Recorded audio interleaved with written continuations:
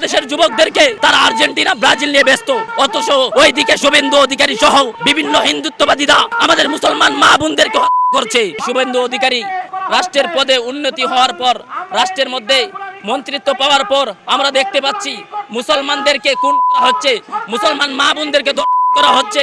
এগুলো অতি সত্বর বন্ধ করা হোক। আর আমরা দেখতে পাচ্ছি বাংলাদেশের যুবকদেরকে তারা আর্জেন্টিনা ব্রাজিল নিয়ে ব্যস্ত, অথচ ওইদিকে শুভেন্দু অধিকারী সহ বিভিন্ন হিন্দুত্ববাদীরা আমাদের মুসলমান মা বোনদেরকে হত্যা করছে। এগুলো বন্ধ করতে হলে আমাদের মুসলমান যুবকদেরকে সচেতন হতে হবে, অন্যথায় আমাদের এই মুসলমান নির্যাতন বন্ধ করা সম্ভব হবে না।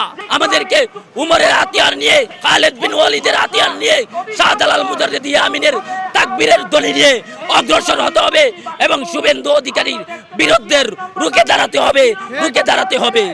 আমাদেরকে মনে রাখতে হবে আমরা মুসলমান উমরের উত্তরসূরি। আমাদেরকে কেন অত্যাচারিত হতে হবে? আমাদের মুসলমানরা কেন নির্যাতিত? আমাদের ব্যর্থতার কারণে আমরা বিধর্মীদের খেলায় মগ্ন, আমরা বিধর্মীদের পোশাক নিয়ে মগ্ন, আমরা বিধর্মীদের পতাকা নিয়ে মগ্ন। পতাকার জন্য হাজার হাজার টাকা খরচ করছি, জীবনের শক্তি নষ্ট করছি, কিন্তু পার্শ্ববর্তী রাষ্ট্র ভারত, শুভেন্দু অধিকারী, কসাই মোদি সহ তারা আমাদের মুসলমানদেরকে নির্যাতন করছে। এ ব্যাপারে আমরা চুপ কেন?